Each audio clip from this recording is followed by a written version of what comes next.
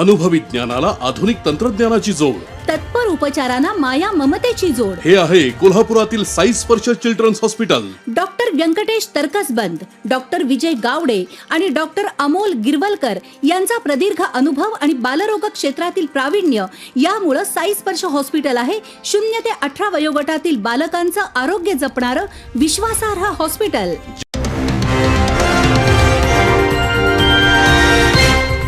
कोल्हापूरला आज येलो तर उद्या ऑरेंज अलर्ट.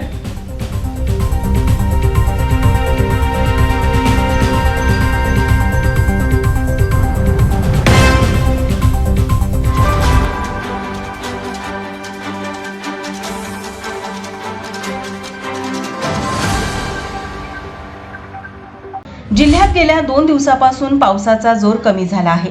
गेल्या 24 तासात जिल्ह्यातील 12 तालुक्यात सरासरी केवळ 1.3 मिलीमीटर पाऊस झाला आहे. धरण क्षेत्रातही पावसाचा जोर ओसरला आहे. यामुळे पंचगंगेच्या पाणी पातळीत 8 फुटांची घट झाली असून नदीतील मंदिराची शिखरे आता दिसू लागली आहेत. राधानगरी धरणातून 1300 क्युसेक्स पाण्याचा विसर्ग सुरू असून 18 बंधारे अद्याप पाण्याखाली आहेत. हवामान विभागाने आज कोल्हापूरला येलो अलर्ट दिलेला आहे. शहरात काल दिवसभर पावसाने उसंत घेतली होती, तर दुपारी 3च्या सुमारास पावसाच्या हलक्या सरी कोसळत होत्या.